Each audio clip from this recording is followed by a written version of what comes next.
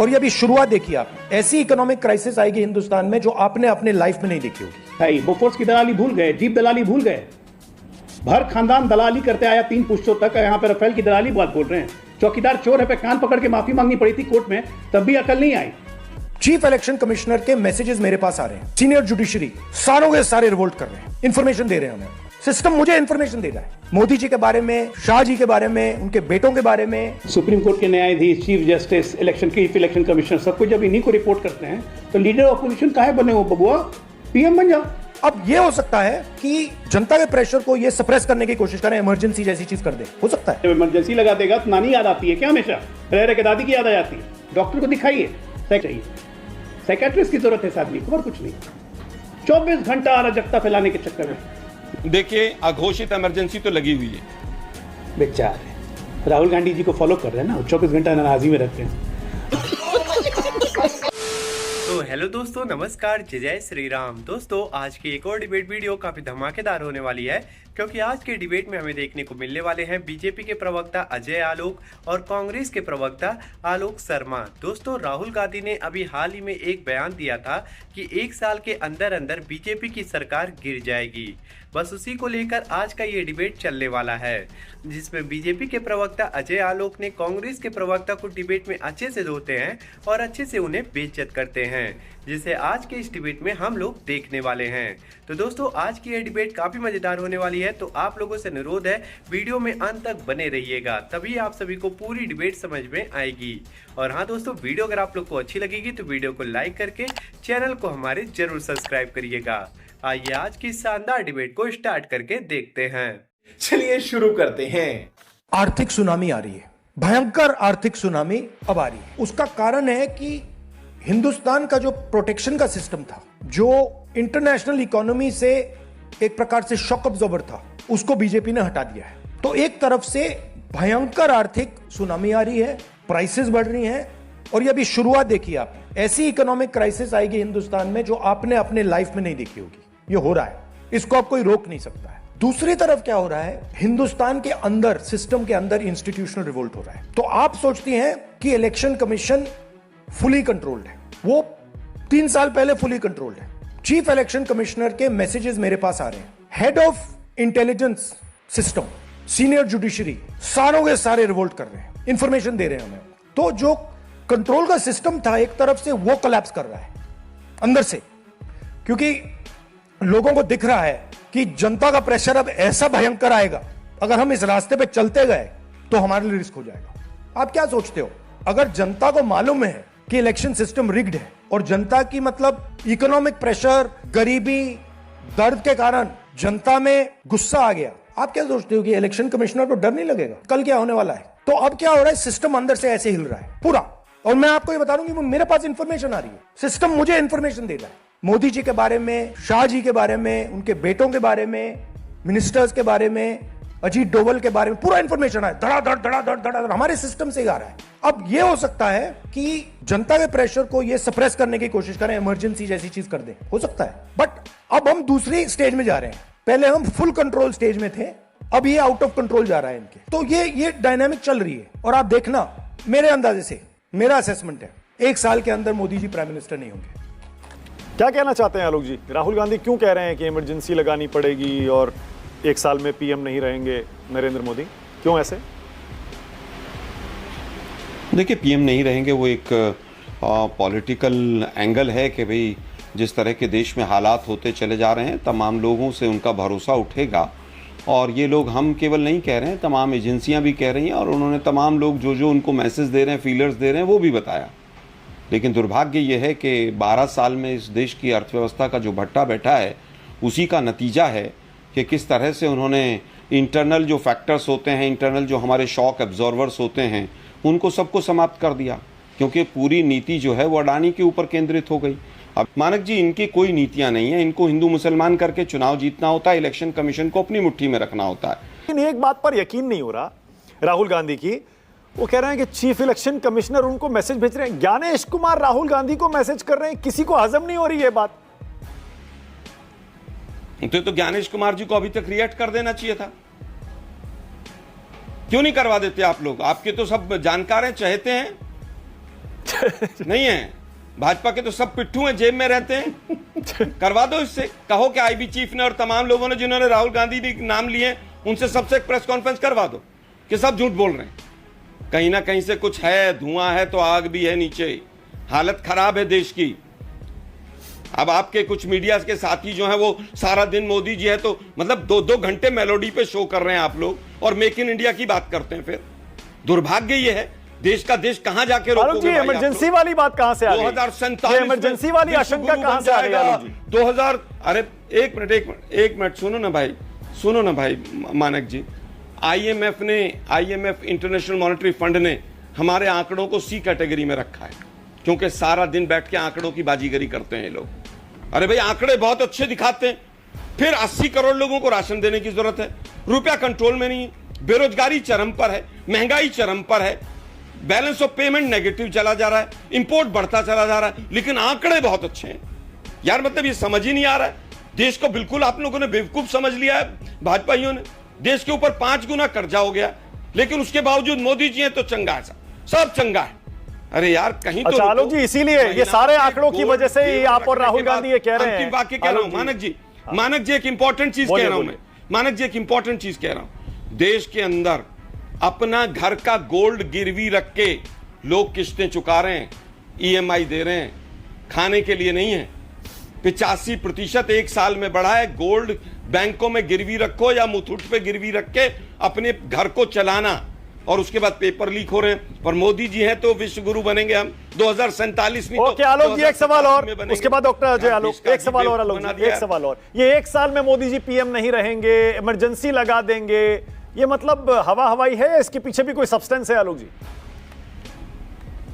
देखिए अघोषित इमरजेंसी तो लगी हुई है, और अगर यकीन ना हो तो वेदांता वालों से जाके पूछ लो, अग्रवाल जी से। जो आवाज उठाएगा अडानी के खिलाफ उसी के यहां ईडी सीबीआई पहुंच जाएगी। आपने लोकतंत्र का बिल्कुल गला घोट रखा है। बंगाल में क्या हो रहा है? हमारी राजनीतिक प्रतिद्वंद्विता किसी से हो सकती है? तमाम राजनीतिक दलों का क्या हुआ? यह अघोषित इमरजेंसी से भी ज्यादा बुरा हाल है। मोदी जी के खिलाफ एक ट्वीट डाल दो, 2 घंटे में नोटिस आ जाता है। 2 घंटे में, कई तो मेरे पास पड़े होंगे। तुरंत एफआईआर की बात होती है।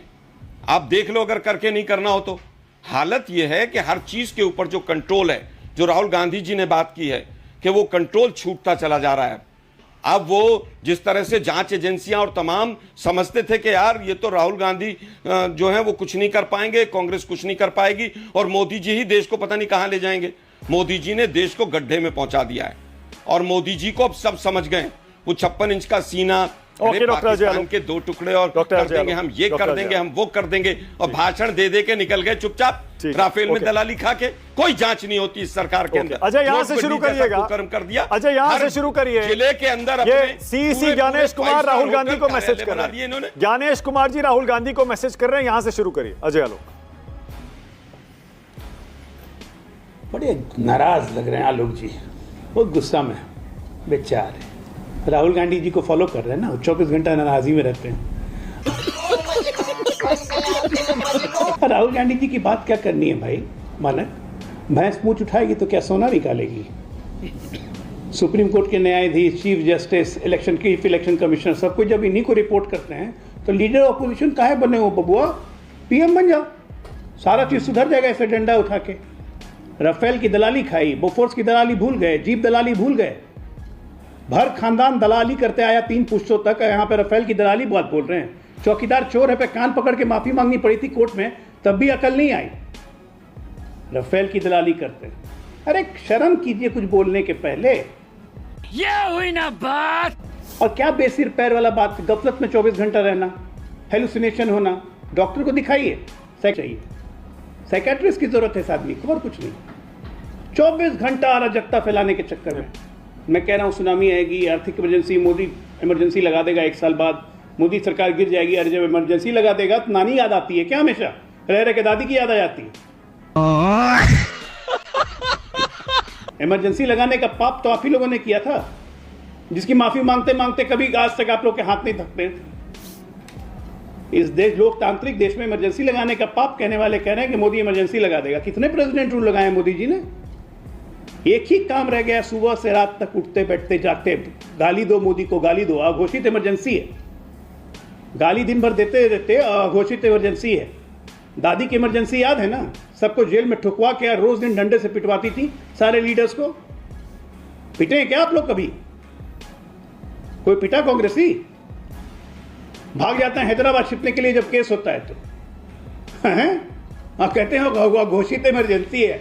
अपने कर्म याद क्या कीजिए भाई, तब बोला कीजिए, थोड़ा ढंग से बोलिए। हमेशा गुस्से में क्यों रहते हो? देश से गुस्सा मत करिए, उससे कोई फर्क नहीं पड़ता है ना?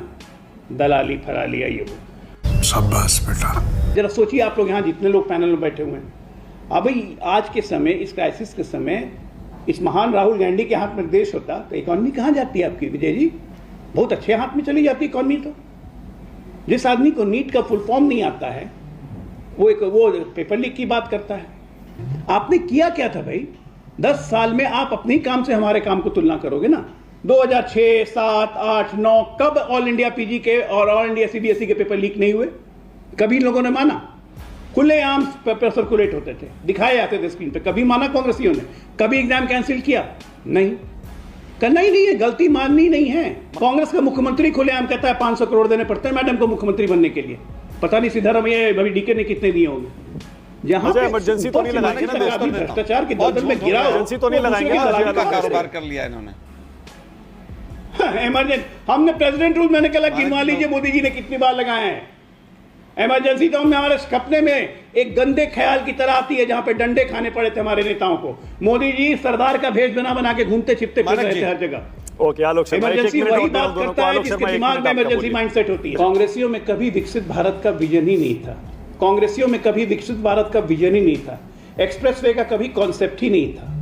इनको ये कॉन्सेप्ट ही नहीं था कि डिफेंस में हम आत्मनिर्भर हों, डिफेंस में ब्रह्मोस हम बनाएं और एक्सपोर्ट हम करें। ये कॉन्सेप्ट ही नहीं था। इनका कॉन्सेप्ट था कि ऑस्ट्रिया से ग्लॉक पिस्टल तक खरीद के लाओ ताकि उसमें दलाली खा सके, तो भी बोफोर्स की लाओ और गोले भी बाहर से मंगवाओ ताकि उसमें दलाली मिल सके। ये कभी मेक इन इंडिया में कभी इनका बिलीव ही नहीं था। और झूठे बात हुए कि नहीं पहले हुए? कहते थे कि मोदी जी ने इतने कर्जे ले लिए। अब आप दर्शकों को ये भी चेक करना चाहिए। 2G वाले बरी कर दिया। अरे रुकिए एक मिनट, मैं अपनी बात खत्म कर लूं। बीच में फल फलाइए मत। मिर्ची लगती है मैं जानता हूं, हुआ था कि नहीं हुआ? मिर्ची लगती है मैं जानता हूं, आप उछलने लगते हैं। बोलोगे भाई? प्रियंका, आपकी बारी है। इकोनॉमी की हालत, प्रियंका, सारे आंकड़े आपने एक्सपर्ट्स को सुन लिया, बीजेपी कांग्रेस को सुन लिया, आपका टेक क्या है? प्रियंका कक्कड़। मैंने थोड़े से और आंकड़े भी पढ़ लिए थे मानक गुप्ता जी कि हमारे देश में 50 इयर्स में लोएस्ट सेविंग है इस टाइम पे आम आदमी के पास। हमारे देश में 61,000 MSMEs बंद हो चुकी हैं भाजपा के राज में। कि हमारे देश में मोदी जी ने मेक इन इंडिया का प्रचार किया था और कहा था कि 15 से 25% ले जाएंगे, और उन्होंने मेक इन इंडिया के लिए 11 करोड़ लोगो बनाने के लिए 11 करोड़ एक फॉरेन फर्म को दिए पर, और कहा था कि 2022 तक ये 25% मैन्युफैक्चरिंग कर देंगे। बट वो मैन्युफैक्चरिंग आज घटकर 13% से भी नीचे है। तो ये तो डोमेस्टिक इन्वेस्टमेंट का हाल है। आपके शो के जरिए मुझे पता चला कैपिटल गेन्स टैक्स हटा दिया गया है, बट वो सिर्फ गवर्नमेंट बॉन्ड्स पे हटाया गया है। और फिर मेरा क्वेश्चन है कि भाई डोमेस्टिक वालों पे भी थोड़ा तरस कर दो, चाहे गवर्नमेंट बॉन्ड्स नहीं करो। हमने क्या पाप किए? आपने बिल्कुल ही कमर तोड़ दी। चाहे वो आगरा की लेदर इंडस्ट्री हो वो ठप हो गई, वो उठ के बांग्लादेश चली गई। चाहे फिरोजाबाद की चूड़ी बनाने वाली इंडस्ट्री हो वो आपने ठप कर दी, वो उठ के वियतनाम चली गई। आप I would want Ajay Alok जी की रेटोरिक पे ना जाएं और बताएं कि अर्थव्यवस्था का हाल क्या है। आप सच बताएं। आप बोलिए अजय आलोक, बोलिए। अजय का जवाब, फिर आगे जा रहा हूं। फिरोजाबाद की चूड़ी इंडस्ट्री बंद हो जाती तो जो चूड़ियां हमारी एक्सपोर्ट हो रही है ना वो भी नहीं होती।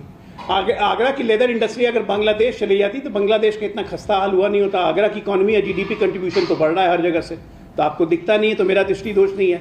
चक्कर क्या है कि आप लोग कंट्रीब्यूशन नहीं है, आपका दृष्टि दोष सिर्फ एक ही चीज में, डोमेस्टिकली कैसे ग्रो करना है, शीश महल दिल्ली से उठ के चंडीगढ़ में कैसे बनाना है, और पंजाब सरकार के पैसे से अय्याशी कैसे करनी है, इसी पर दिमाग लगा के रखिए। दिल्ली से खदेड़े गए हैं ना, पंजाब से भी अगले साल खदेड़ दिए जाएंगे, इसमें कोई डाउट नहीं है। क्योंकि आप लोग बेसिकली करप्ट हैं। आपको कोई मतलब नहीं, आप सरकार में आते हैं सिर्फ पैसे कमाने के लिए, पैसे बनाने के लिए। आपको ना प्रदेश की चिंता है ना देश की चिंता है। पंकज शर्मा। ये बड़ी अच्छी बात कही आप। दोस्तों, आज के इस डिबेट में अंत तक बने रहने के लिए आप सभी लोगों का धन्यवाद। उम्मीद करता हूं आप सभी को यह डिबेट पसंद आया होगा। तो आज के इस डिबेट के बारे में और कांग्रेस के प्रवक्ता के बारे में आप सभी का क्या राय है, आप लोग अपनी राय वीडियो के कमेंट बॉक्स में हमें जरूर बताइएगा। और हाँ दोस्तों, अगर आप सभी को ऐसी डिबेट वीडियो देखना पसंद है तो आप लोग वीडियो को लाइक करके चैनल को हमारे सब्सक्राइब कर लीजिए, क्योंकि हमारे चैनल पर आप सभी लोगों को ऐसी शानदार डिबेट देखने को मिलती रहेगी। और हाँ दोस्तों, इस वीडियो को ज्यादा से ज्यादा मात्रा में शेयर कर दीजिएगा ताकि सब तक ये वीडियो पहुंचे और सब लोग इस वीडियो को देख सके। आपसे जल्दी मुलाकात करेंगे एक और शानदार डिबेट के साथ। तब तक के लिए आप लोग अपना और अपने प्यारे परिवार का ध्यान रखिए। जय हिंद, जय भारत, वंदे मातरम, जय जय श्री राम।